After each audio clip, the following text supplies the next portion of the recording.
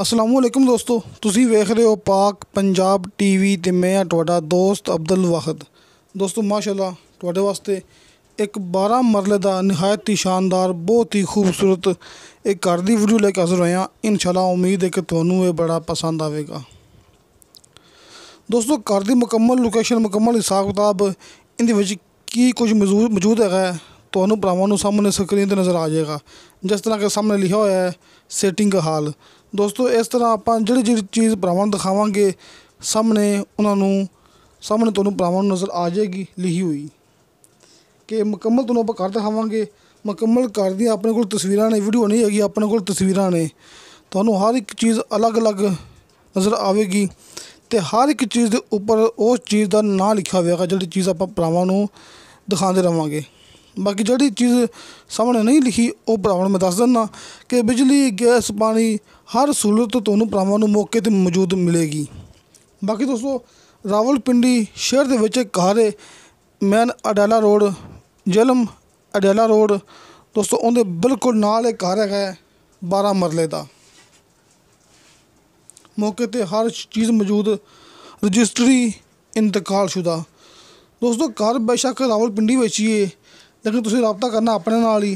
तुसीं जिहड़े नंबर ते भरावां ने राबता करना है, भरावां ने जिहड़े नंबर ते राबता करना तुहानू वो राबता नंबर इस मूवी सामने स्क्रीन दी मिल जाएगा। तुहानू इस मूवी दी डिस्क्रिप्शन दे विच भी मिल जाएगा।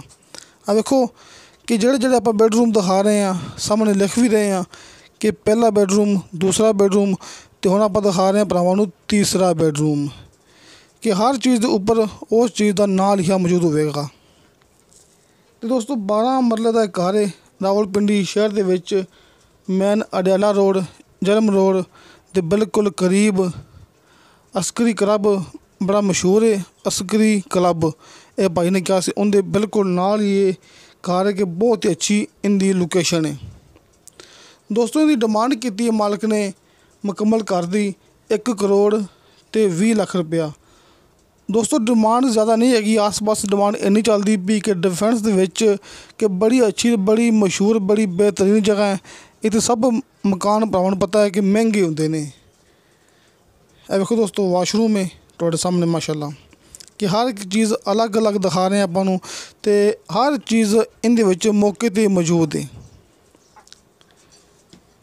दोस्तों तुसीं अपना राबता करना है, आपां तुहानू नंबर देंगे डायरैक्ट मालिक दा, लेकिन मालिक दे कहण दे मुताबिक नंबर विच मालिक दा नहीं हैगा।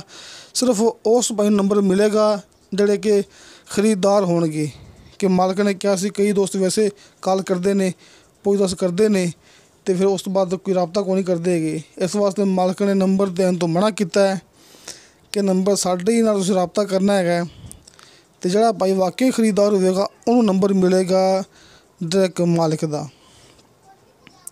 ए वेखो दोस्तों, तो दोस्तों अपना ऑफिस है आरफ वाले शहर च।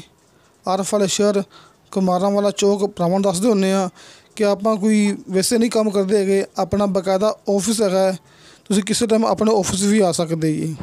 आरफ वाला शहर कुमारां वाला चौक अपने कोले इस तो इलावा माशाल्लाह बहुत अच्छे मकान है, सस्ते भी है, महंगे भी है, रकबे है, इजराई रकबे, कमर्शल, रिहायशी कि हर तरह के रकबे अपने कोले मौजूद ने, हर तरह के घर अपने कोले मौजूद ने।